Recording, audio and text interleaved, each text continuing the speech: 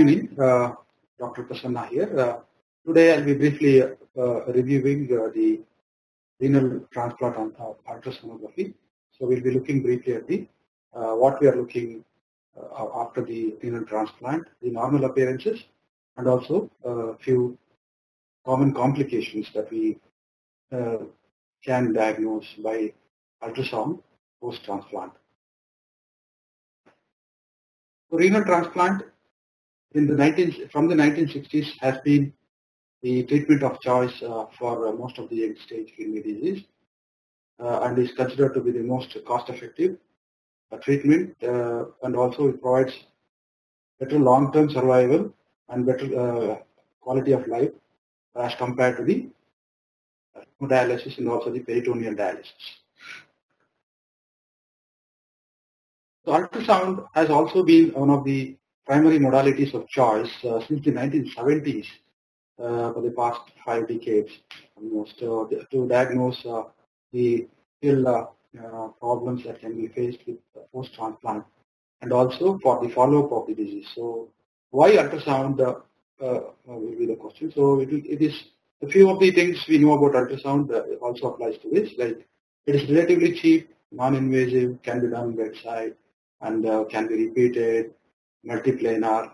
Apart from all these, the most important thing that we see in ultrasound for a renal transplant sonography is that it is non-nephrotoxic modality. So as compared to the other modalities where the CT scan or which needs a contrast, or if there is any need of medications which can be nephrotoxic, ultrasound is completely non-nephrotoxic modality, which makes it #1 modality, at least for the initial screening purposes. And also, it actually not only helps in the diagnosis, but also few times it can be helpful in monitoring the serial progress of the disease and also in guiding the treatment. So before starting the ultrasound, we'll just briefly look at what should be the machine settings to look for the transplant kidney. Since the transplant kidney is just below the skin and is more superficial as compared to the native kidneys, we can go for a higher frequency. So ideally, we can use a 7 megahertz probe, so which can increase the parenchymal details because the low frequency is always going to obscure the parenchymal details.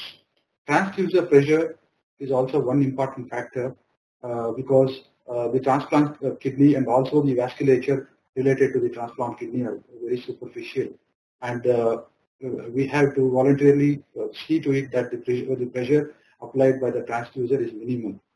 So high pressure on the transplant kidney or the vasculature can give a false positive impression of a compromised diastolic flow.